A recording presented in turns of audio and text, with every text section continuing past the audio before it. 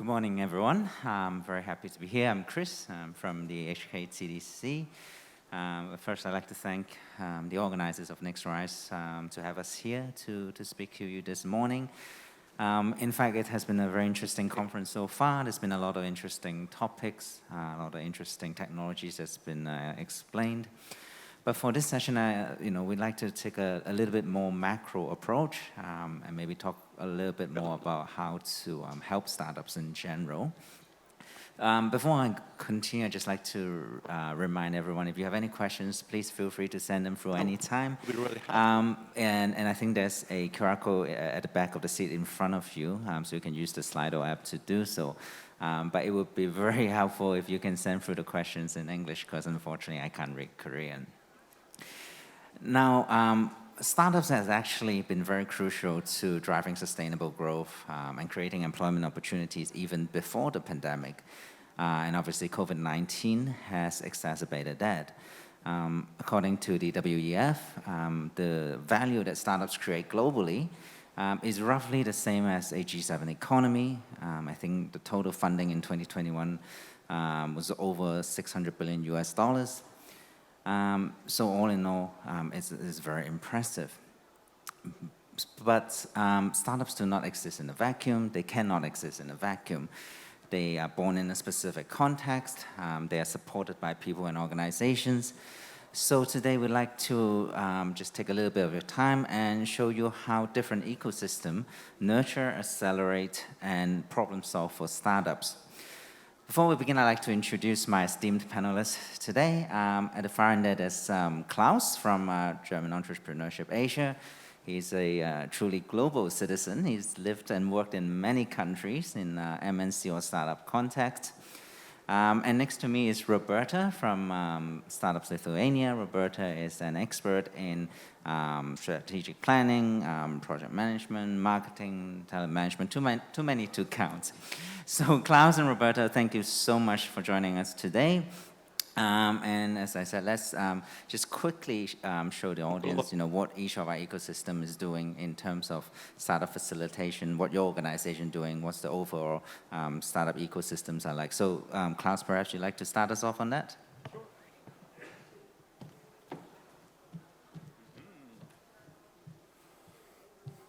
Good morning, everyone. My name is Claus. Very happy to be here this morning and see sort of the startup ecosystem of Korea. I'll give you a quick overview of what we as an organization are doing and what Germany kind of does in the startup environment. So there is lots to talk, and hopefully you have lots of questions for us later. So this is a very wordy slide. I just want to maybe mention a few things. We're a non-profit organization which was founded 15 years ago in Germany with the idea to foster entrepreneurship and technology transfer out of universities into startups. So that was the original mission of our company. We sort of grew significantly over the years, and we started to develop a number of targeted programs. The most famous and largest one is the German Accelerator. That is a program which is financed by the German government, where we as an organization help German startups to expand outside of Germany into the United States and into Asia. We also do that the other way around. We see ourselves as an ecosystem builder and bridge. We have a program called Accelerate, which basically does the opposite, where we bring startups from foreign countries, such as Korea as well, into Germany. So over the years, we noticed as an ecosystem builder that it actually takes a lot to make it work. So we are out of the city of Munich originally, which is in the southern part of Germany. Quite a tech hub, big universities, a lot of R&D happening there. But that doesn't mean if you have lots of R&D that you have lots of startups. So we realized that very early on that we need to do entrepreneurship education at universities. We started formats like co-founder match, for instance, where we help to build startups or found startups. So if there is a good tech idea, but the technology is covered, however, the business is not covered, we try to find appropriate co-founders so that startups can sort of found into an ongoing enterprise. We then also created formats for early stage startups to get seed financing. We can talk about that in a moment. We have that format called Cash Walk, where basically European startups, not only German startups in that case, can come and bid their product, their ideas, to a huge panel of international venture capitalists. So this is an ongoing program now for many years. It runs throughout Germany, and this is what we do to help basically the seeding of the early stage startups. There are a few other programs. I'm not going to go into that, but if you want to know more, please talk to me. Maybe one to mention, we also work on the European Union level. We run the EU India Inno Center, Human AI Network, and many other things, which is kind of bringing European startups into India in that case. So what we have done over the years, I think, has been quite successful. We are not an investor, so a lot of people always think we are an investor, but we are not. So we are primarily, I would say, a consulting company. We have a business to government model, so government pays us, but the beneficiary of our activity are startups. And over the years, out of our activity came 11 unicorns, and we worked with around 750 plus startups in Germany. This is just Germany here. And some of these companies, like Flixbus is a transportation provider, we saw them from the ideation stage in university all the way to bringing them to Asia and to the United States. So we have worked with many of these startups over a very, very long time. In the course of our activity, we also realized some point in time that being in Germany is great, but if we really want to understand and help German startups in the foreign markets, we also need to be there. So 10 years ago, in 2012, we opened our office in Palo Alto. We then moved on to New York. We created a life science specific center with MIT in Boston. And 5 years ago, we moved to Asia. So in Asia, the initial target for us was Southeast Asia. We're using Singapore as a hub. But soon we realized from talking to the startups that Southeast Asia is very interesting because it's a super dynamic economy as well. But there was clearly a pull towards Korea, towards Japan, and also towards India and China. And so we have sort of expanded our footprint. And we work in all of these countries with people on the ground. So if you ask how do we do that, we are a fairly small company. We're 90 people, give or take. If you divide that across the world, that's not many. However, we have 500 mentors under contract, under consulting agreements with us. And those mentors are deployed to work with our startups, be it German startups or Korean startups or Japanese startups. So we use the same mentor pool and help startups in a specific environment, in a specific industry with their go-to-market strategies. This demonstrates here that what I explained before, we basically have bidirectional approach. So we have German Accelerator going from Germany into the world.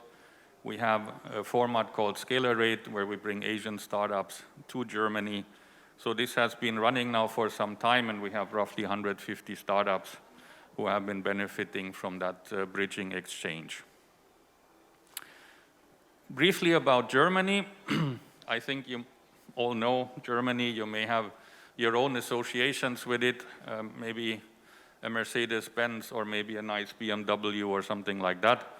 But I think Germany is definitely not Mercedes-Benz, and it's not BMW either.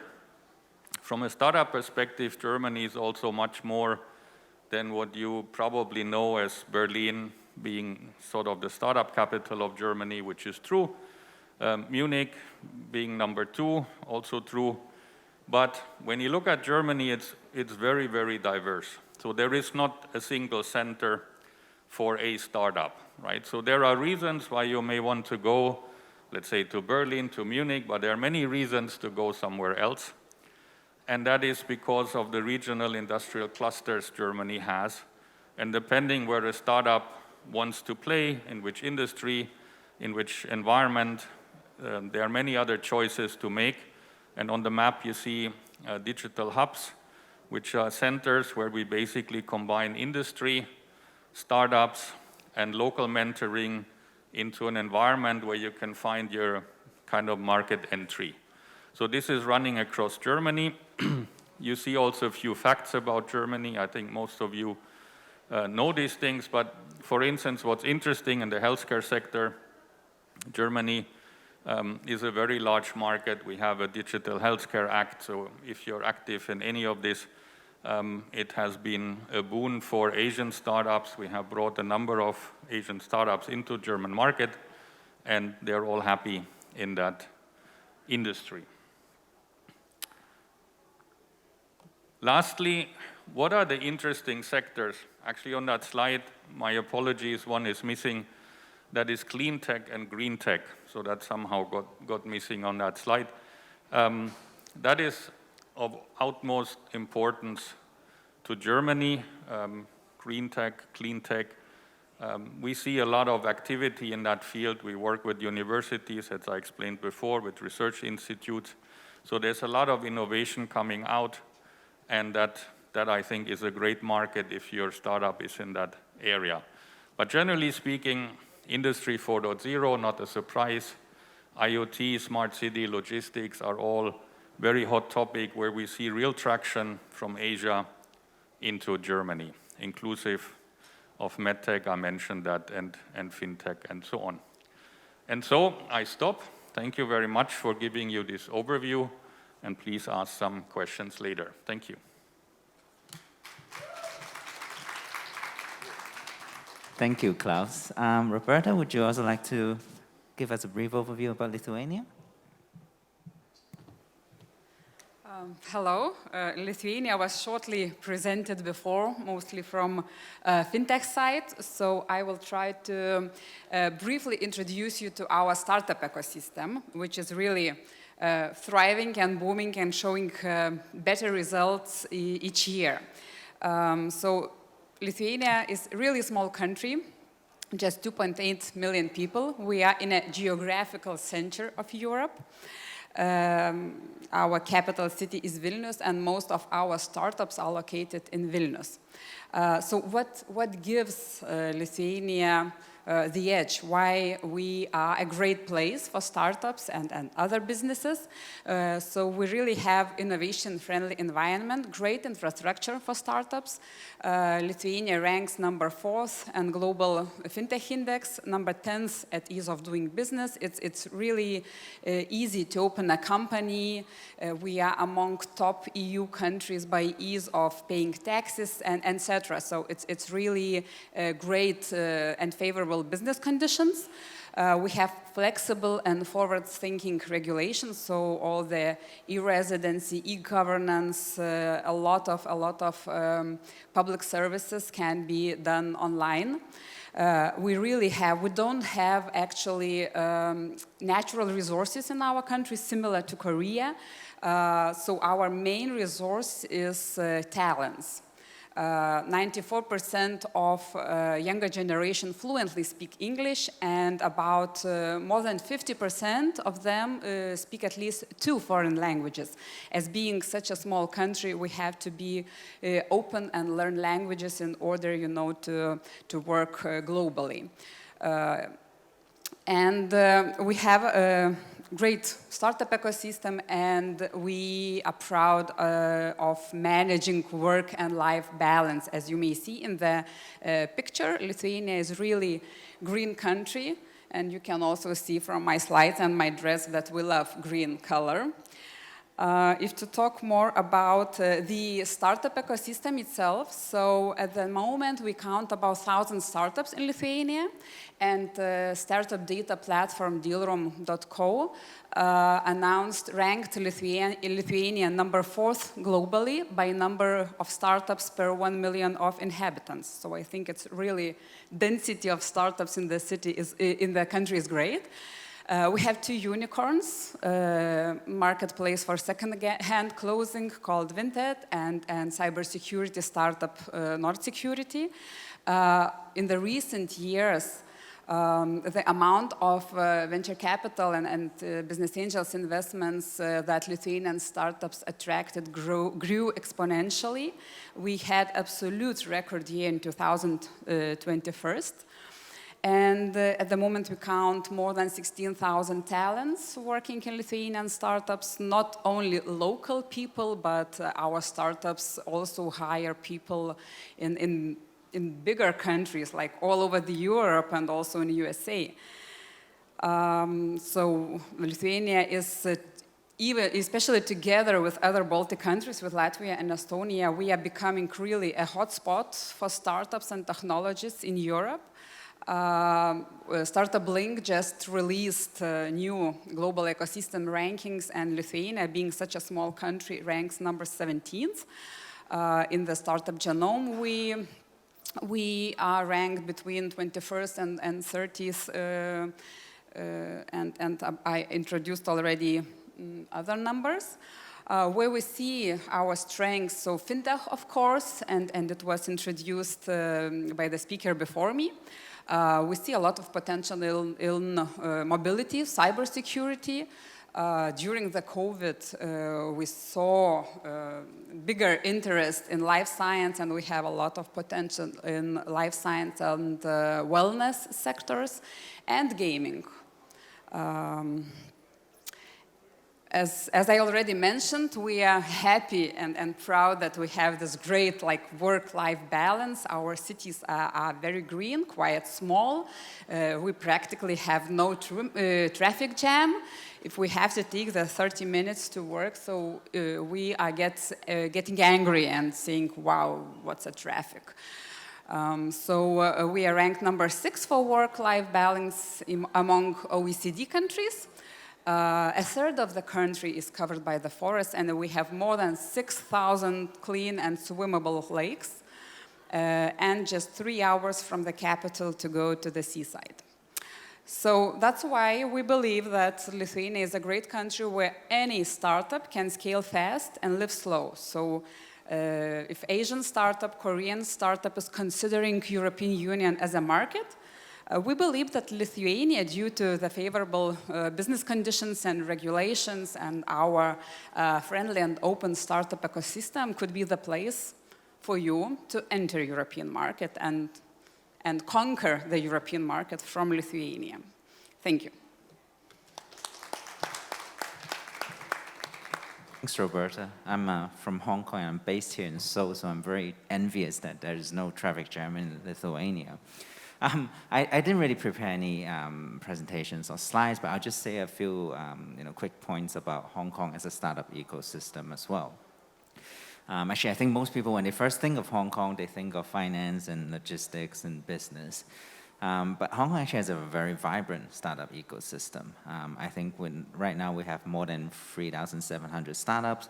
12 of them has already became unicorns. And the trend of increasing startups is expected to continue. And there are 2 major reasons why there's so many startups are choosing Hong Kong. In fact, 1/3 of the startups in Hong Kong are actually originated from outside of Hong Kong. The first reason is economic fundamentals.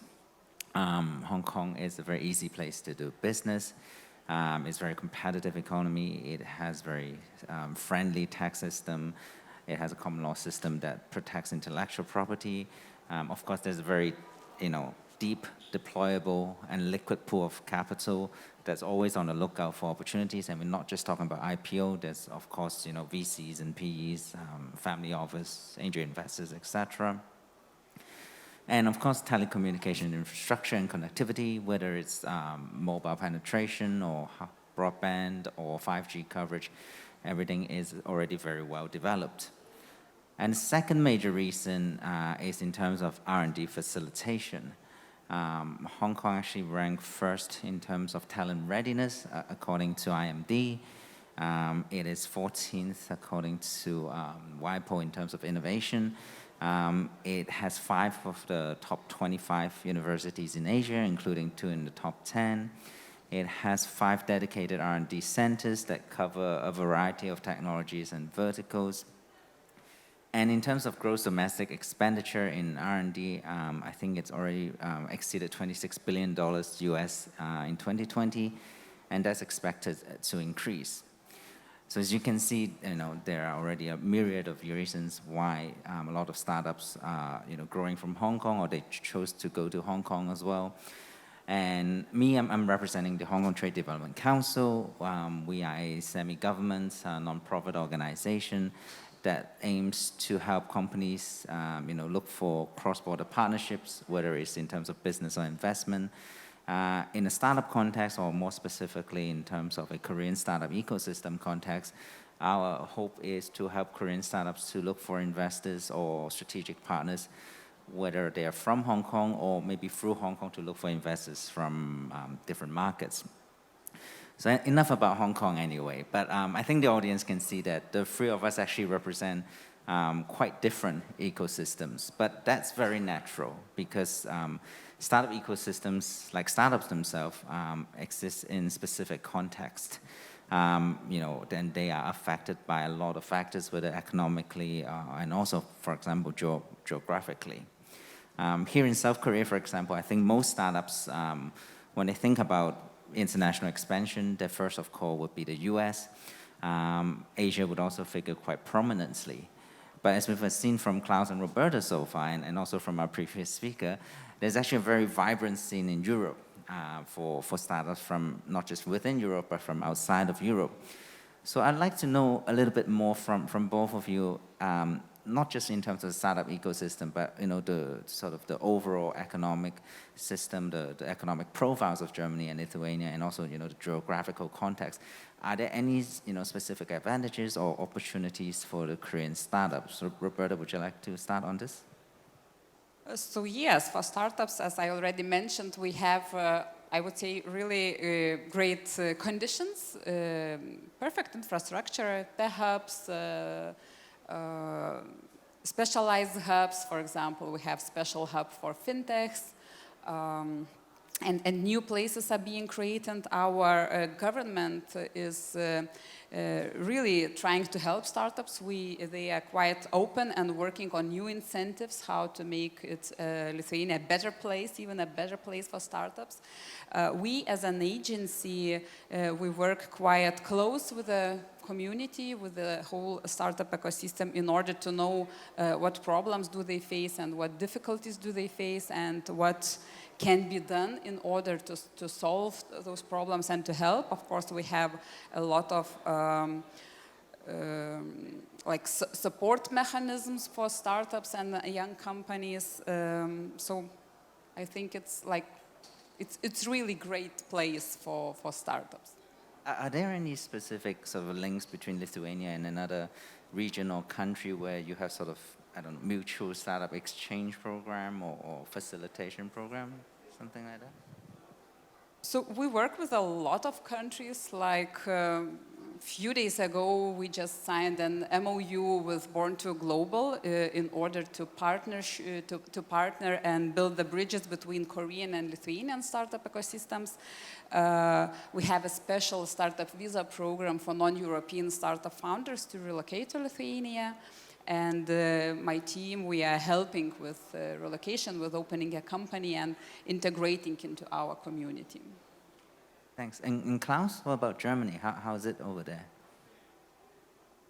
Yeah, I think Germany has changed a lot over the last maybe 15 years in the startup space. We have probably now 2,000 startups being created every year. And interesting enough, if you listen into the government talk, 10 years ago, startup wouldn't have shown up in any kind of policy document. And when you read the documents now, then you see that it's startup, startup, startup, startup. One fundamental reason is that it is a big source of employment. There are roughly 500,000 people working in startups in Germany, and it's growing quite substantially. And I think the attitude has changed towards startups. So I think before it was something exotic, and now it has slowly entered mainstream. So it's okay to work for a startup. It's okay to fail with a startup. It's okay to try again. So I think Germany has changed, and I think that is fueling now the system, right? So there's a lot of interest of young people to work in a startup. Many people don't want to work for the Siemenses and Bosches and all these large conglomerates anymore because they don't see it as their future, right? They want to have a mission. They want to be maybe involved in green tech or do something where their passion lies, right? And that is possible today in the startup scene. And I think that's one reason why it is so vibrant nowadays.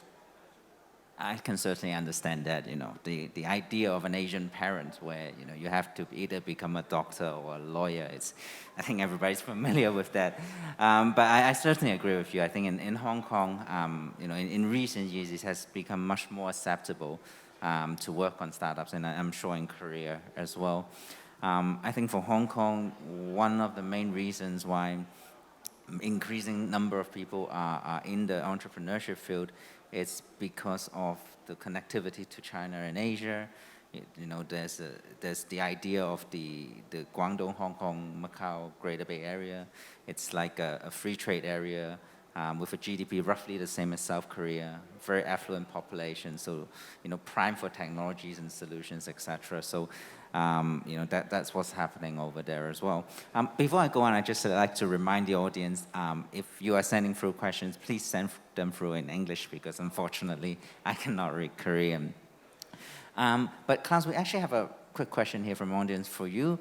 It's about founders in Germany. It is like, which entrepreneurship do you emphasize the most to start up founders in Germany? I think they're probably talking about in terms of sectors or verticals. Again, I guess which entrepreneurship or which sectors or verticals would Germany emphasize the most to start up founders? Like, or which are perhaps the focus areas, if you may? That's a good question and very difficult question. I think from a government perspective, our government is pushing certain new areas. For instance, now we've been tasked to support sort of clean tech, climate tech, etc. So there is government initiatives pushing this, right? But from a young founder's perspective, I think you have to go where your passion is, because I founded 10 startups and I know how hard it is. And I think you cannot choose, you choose an interesting technology area, but go where the passion is. And I think you will find ample support. And maybe when we talk in a moment about money or VC funding, right, you will also see that all industries are being financed, right? So it's shifting year over year a little bit, the sort of hot topics like fintech are decreasing, but that doesn't mean that this is not a good idea to still do something there, right? So I think it's hard to say, you just follow your passion. Right? I guess that's a very good advice. Actually, we have another question here. It's quite general, quite broad, but I think it sort of ties in with what some of the other things we need to discuss. I think the question is, what should Korean founders focus on when expanding into Europe? I think you mentioned, from the money side of things, that's obviously important. And I think, Roberta, you also mentioned about talent before. But perhaps we can start off with talking about the supporting organization, things, organizations like accelerators, incubators, co-working spaces. Obviously both of your organizations are very much involved in that, but perhaps you can talk a little bit more about the overall ecosystem in Germany, Europe, or in Lithuania. What are apart from you guys, what are the sort of supportive measures there are for overseas startup founders? So Klaus, would you like to start on this? I can start, yeah. So in Germany, we have hundreds of accelerators, right? So we run a few of them, but there are many, many more. So going if you go to the question, so if I'm a Korean founder, where do I go in Europe? I think there are all these considerations of where the market is. Obviously, Germany is a very industrial market, right? So maybe not so big in tourism industry and other things, right? So depending what you do, there may be a better market in Spain or in Italy or wherever, right? So I think the market is the key. If it's technology products, if it's manufacturing, Germany has about 4 trillion economy, 26% of that is in manufacturing. So it's a huge aspect. So if you're in that field, I think Germany is probably a good target market. Do you need to be in Germany to tackle Germany? I would maybe say not necessarily, because the European Union is a single market. You can come from a neighboring country into Germany. We see that from Austria and so on. Language is still a consideration, I would say. Germany is German at the end of the day, right? So if you want to deal in the local environment, you probably have to accept the language as well, a little bit like Korea.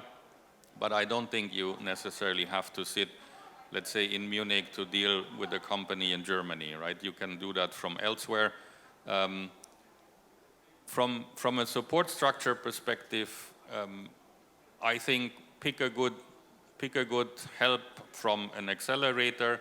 There are a lot of government agencies who are interested to help foreign companies, foreign startups. I think they can help to smoothen the way, right?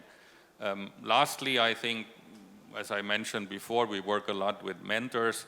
I think that is key to get into the right network fast, because that will de-risk your approach, right? So don't sort of try to do it alone. I think pick your environment, pick a right mentor base, pick your support organization, and then focus on the market. And maybe the last point is spend your energy on product market fit.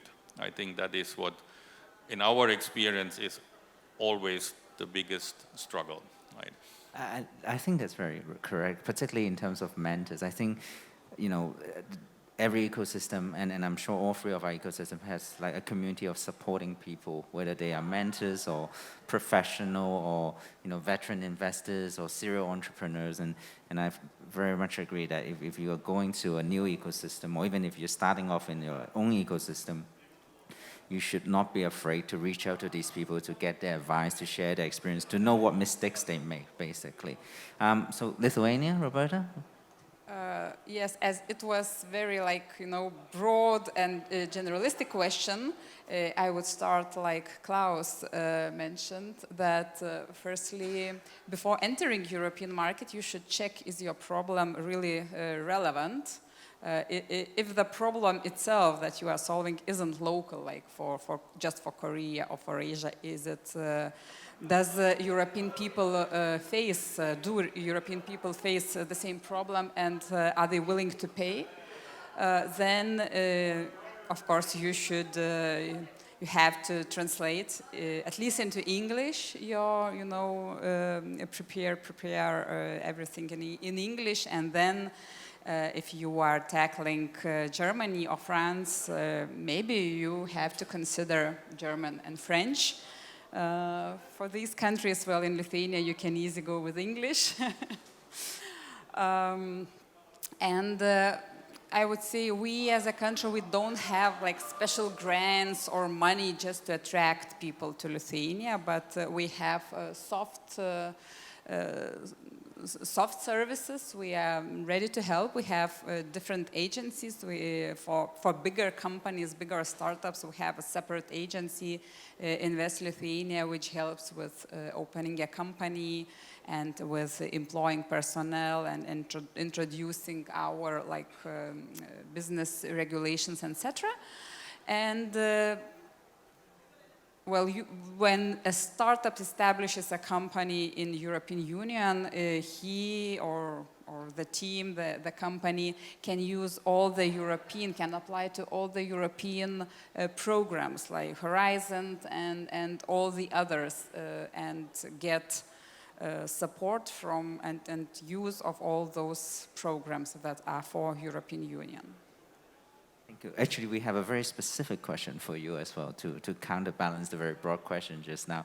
It's asking about foreign startup success story in Lithuania, or cases of foreign startups actually going to Lithuania and how they're doing. Can you share some experience on that? Yeah, so we have very different stories, with the startups. Startup Lithuania is working with the Startup Visa program, which is for non-European startup founders to relocate to Lithuania. So we deal mostly with smaller teams, just like few people, or just founders relocating, and people like employers staying in their country. So each year we get about 200 applications. This program was launched in 2017, and up to now we have more than 90 startups that relocated to Lithuania and are developing their startup in Lithuania. We get applications from all over the world. We had one girl from Australia. She was creating fintech startup, and due to these favorable fintech regulations, it was good place for her to work on her startups. I haven't checked. I haven't heard about Korean startups yet, but we had a fintech startup from China. We have even multinational teams with different founders. So some of our startups that came through our Startup Visa program successfully attracted investments and are working in different countries. If to talk about bigger startups, bigger companies that relocated to Lithuania, so if maybe you know Revolut Bank from UK, they acquired banking license in Lithuania. For example, I know that Koreans are very much into gaming, so Wargaming, huge Belarusian gaming company, relocated to Lithuania. They took almost all the employees, 800 people, due to the situation in Belarus. So they relocated to Lithuania, opened an office, and they are working successfully globally from Lithuania. Klaus, I'm sure there's a lot of foreign startups in Germany. Any Korean cases you can think of? Yeah, we brought last year 5 Korean companies to Germany, but if you now test me on the names, unfortunately, no. I can't tell you the names. No problems. I'm sure we can get back to the audience later if they contact us. But we've been talking a lot about Germany, Lithuania, Europe in general as an ecosystem for overseas startups. So we actually have someone from the audience who's actually interested in the other way around, in terms of startups from Germany and Lithuania when they are looking at overseas partnership, or in fact looking to go overseas. What are some of the more important factors for them to consider, or what are some of their major concerns? Roberta, you want to start us off? So I think it's case to case. It really differs depending on a startup and the strategy and the product and maybe even on the founders and team. So of course, US is I think the most, and Silicon Valley is something where every startup wants to be. But actually, what we see that our startups are most successful in Europe. But we do have startups that are working globally and are entering also Asian markets. And we did a survey of our Lithuanian startup founders. And I just yesterday, while I prepared this presentation, I checked the results. And 1% of Lithuanian startups are already working in Korea, and 1% is thinking about entering Korean market. So not much. But as we sign this MOU, I believe we will start working in this direction. And when the startups will get support, maybe they will be also eager to try to enter this market. Yeah, I can echo the same words, right? So we see around maybe 1,000 applications a year to German Accelerator wanting to go to different markets. And generally speaking, the US is the most in demand, right? So most German tech companies would see that the United States is kind of the market. There is, however, that issue of this competitiveness in the United States. So I tell all the founders that, are you really sure that you are ready to go to the United States? Because it's such a hyper-competitive market. If you don't have the wits together, you're going to lose in that market, right? So is it better for you to focus on expanding in Europe? Is it better for you to look at other markets? Is the US really the place to go? So I think that is one discussion. And then, of course, we see other markets. Let's say the other half of the startups would want to go to Asia in the widest sense. And then we have the same, right? So is Japan a good market? In what industry? We work with the Kobe Life Science Cluster in Japan, so we bring a lot of German biotech and life sciences companies into Japan.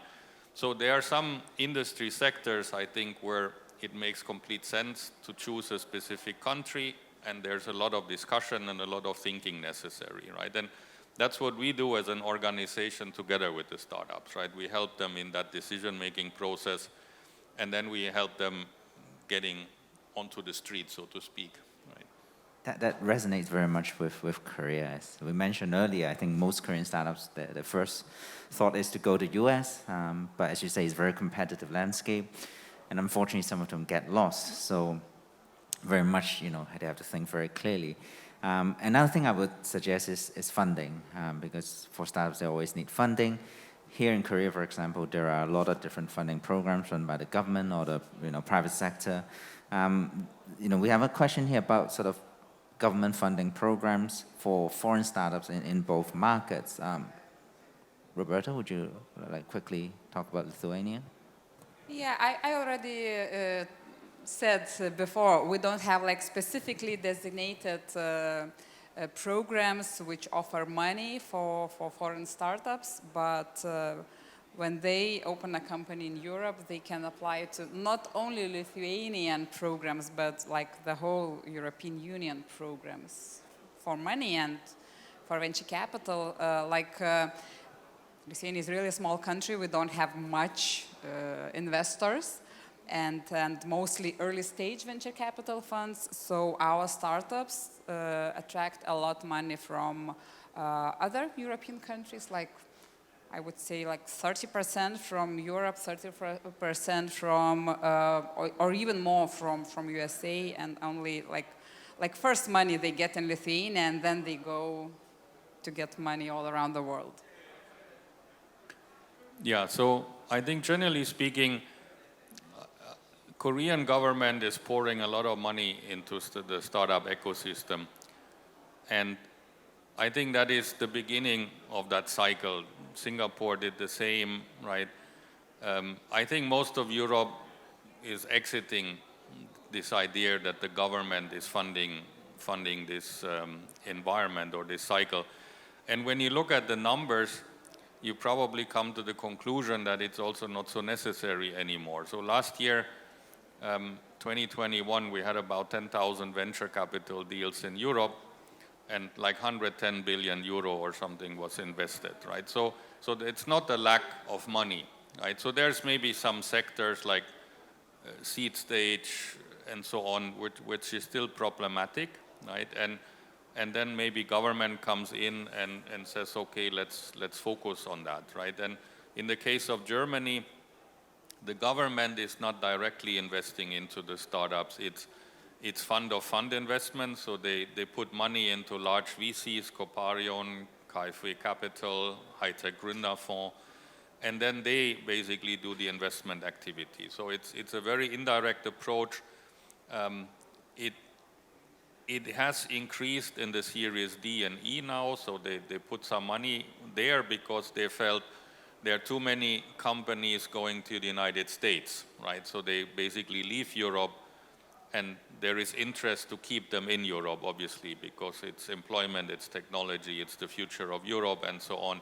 So there is government funding, about 10 billion euros in Germany, which goes to late stage. and there's a little bit in the seed stage. But fundamentally, I think there is enough money in the system. And if you have a good idea and you have a good team, you will find money.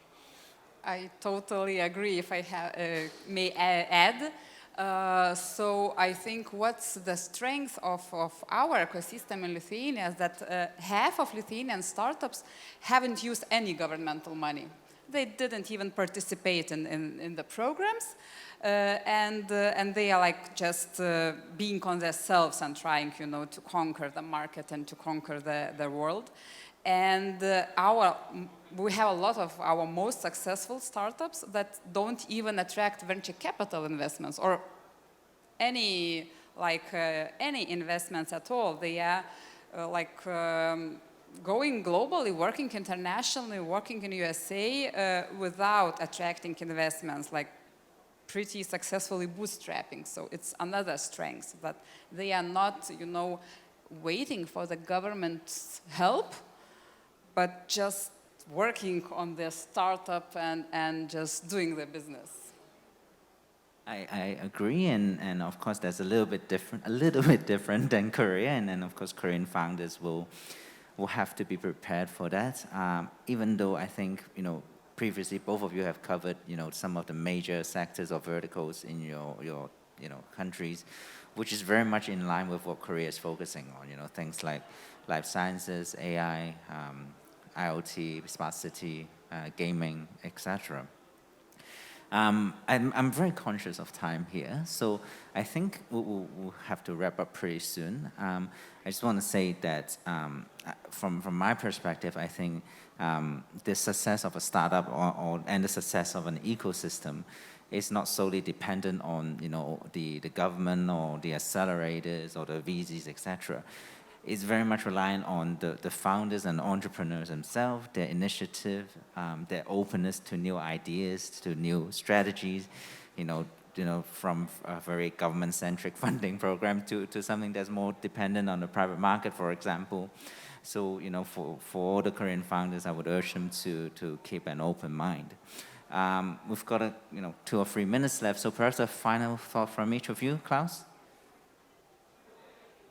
Final thought, I think for Korea, when you look at the industrial strengths of Korea and you look at the industrial strengths, let's say, of Germany, then I would say there's a lot of similarity.